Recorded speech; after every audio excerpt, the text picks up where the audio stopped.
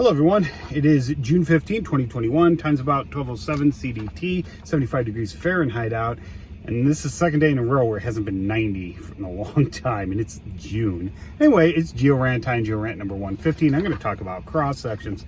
I'm going to use this as my example for what the points I want to make. It is the Bedrock, Indiana map of, well, Indiana, 1987. I am going to be using the cross section B to B prime. There's an A to A prime, but it jogs.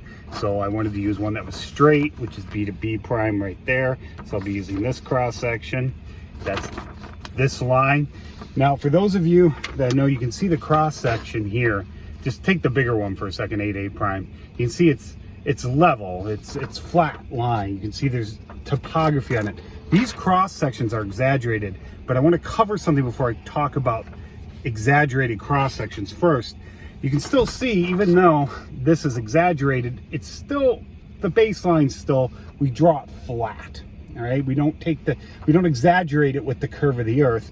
And the reason for that is if we do that, then it gets ridiculously confusing, and someone who's over here would be down here on the cross section and they don't care. All right, they don't want, it's pointless for practicality purposes. This doesn't mean the earth is flat, okay? As a matter of fact, sometimes cross sections show such a large area, like the one I did, which will be linked, is a cross section of North America, basically from Hudson Bay down to the Atlantic Ocean in Georgia. And I think it's like 1,900 miles. I could be wrong on that. Could be short, slightly less than that, which is about 3,000 kilometers, 3,050, somewhere in there. And that I did have to take the curve of the earth into account. I could have drawn it flat, but it was to show you an actual slice of the planet. 26.5 degree slice, I believe, is what it is. So it's along a great circle. It's more of a great circle cross section than just a standard cross section. Some cross sections, like I said, we do take the curve of the earth to account. If there is no vertical exaggeration, that's always a possibility, like up north. But the beds are so level here, it's not worth it. And a lot of people we'll sit there and we're going to take our B to B prime. This is the section we will be working with. This is our inset of this area. That is B to B prime right there. And you can see these beds look like they're dipping crazily. They aren't. All right. We're going to zoom in on this part here for the rest of this. This is our slice here. Let's do this first so I don't confuse you. This is a 20 times vertical exaggeration. This was pulled directly from this cross section. I have not altered it in any way yet. All right. Well, what does 20 times the vertical exaggeration mean? Well, that means these feet here, this interval, 1,000-foot interval, is 20 times taller than it is in reality on the ground. And that's going to do some things. That is going to, as you can see here, I have a dip, and I said parent dip is equal to 11 degrees. It's going to exaggerate that dip. You're essentially taking something that you wouldn't be able to see at this scale. You can see all the different beds here. We have Mississippian, Silurian, and I think these are Cambrian down here, so these got to be Ordovician. I think that's how it is. If not, I apologize. But we take all these different beds here, and if we just had it a 1:1:2 scale, like my big cross section I just was talking about at the beginning of this video, we wouldn't be able to see any of these units, and you're going to see that. But that's also going to vertically exaggerate your dipping beds. Now, like I said, this looks like it dips 11 degrees, and you see we're still exaggerating our topography. You do that. You have to do that. That is important that you do that.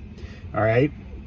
But we are not sitting here and exaggerating the curve of the earth. It's just not practical, and it's very slight anyway. You look at that cross section of the earth that I was talking about at the beginning of this video, you go to that link and you zoom into an area that's 27.3 miles in width, or even the big huge area that's like this, and you're going to see it looks almost perfectly flat. All right, it's a matter of scale. Scale. Cannot stress that enough. So let's start shrinking this. What happens if we start to bring it down to 1:1? Well, first we're going to shrink it down to 10 times vertical exaggeration. We were at 20, so we're basically cutting this in half now. Okay, so you can still see the beds dip noticeably. You can still see the topography is exaggerated because this part, even though B2B prime is in a part of Indiana that has a lot of topography, it's still not very expressible at this scale. Topography on Earth compared to a big chunk of the earth, even if you're only going down a couple thousand feet like you are here, a few thousand, is not noticeable. At our scale, yeah, we see these big hills and mountains and we're wowed by them, but you take it to count the entire size of the earth, they're nothing. They really aren't. Okay, so let's get back on track here. So I showed you 20 times, 10 times. Let's half 10 times and you will get 5 times the vertical exaggeration.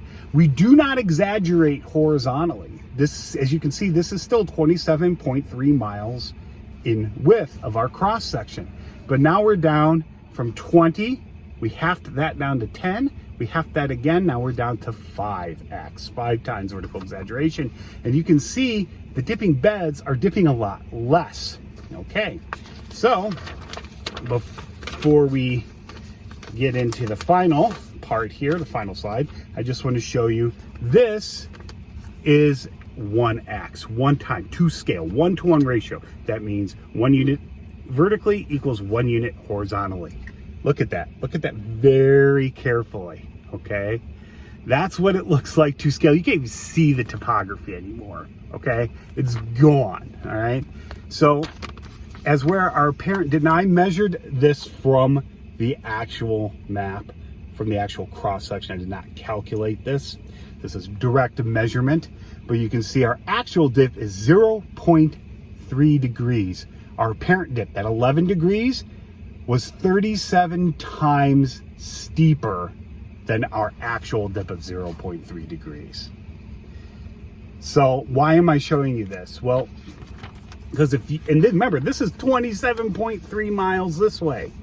All right, because if I was on the ground making a standard geologic map, which is 7.5 minute quadrangle, which at about this scale, at this range, I'm off a little, but we're about, a quadrangle is about a township size. It's about that, so about 6 miles by 6 miles. It's a little bigger than that, and that's not exact, so I don't want to hear any comments about you're wrong, you're wrong, you're wrong, because I said about, okay? About, and I'll say it again, approximately. Or close to, okay? Anyway, so it's about the size of a township at this latitude. So you would be less than a third of this width if you were making a geologic map. Your compass, the Brunton compass, the compass we use to take measurements in the field, would not even be able to measure a dip this little. All right, and any local fluctuation in a bed, which happens all the time, you know, just from water moving or wind blowing or whatever, is going to greatly exaggerate this. All right, your eye can't even pick up that 0.3 degree dip. That is why when we say, according to laws of stratigraphy, that sediments are laid down in undisturbed sedimentary marine sequences, flat lying or level, this is why we say that, because at the scales we work with in our practical use, they are level, okay? That's why. Now, you know, we do the vertical exaggeration thing and it doesn't look level or flat anymore, but it is. 0.3 degrees is essentially flat, all right, especially over a 27.3 mile distance, all right? So I just needed to say that when you're looking at geologic maps, because there's a lot of confusion out there as to what vertical exaggeration means. I don't know why this is. I mean, it's like the first thing they teach you in any geoscience class. Well, if you're a major, I mean, I'm pretty sure they teach it in 101, like geomorphology or something like that. It might be taught. You know, I remember, I seem to remember this being in basic 101 or 102 level classes. But for some reason, people tend to forget these type of things, and that's fine. That's why I'm here to help assist you. But anyway, that's it. We're coming up on 10 minutes. If you have any questions or comments, please leave them below, and I hope you learned something.